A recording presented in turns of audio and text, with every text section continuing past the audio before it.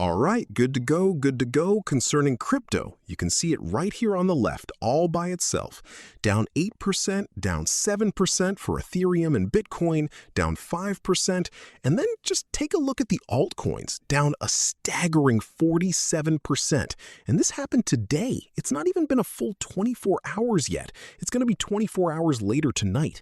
So today, I am going to be analyzing the ETH, and I will definitely tell you what my thoughts are on it. But for the moment, we can observe just how far it has decreased in value, presenting it.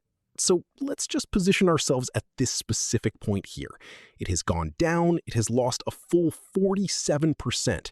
And then over there, it has lost 44%.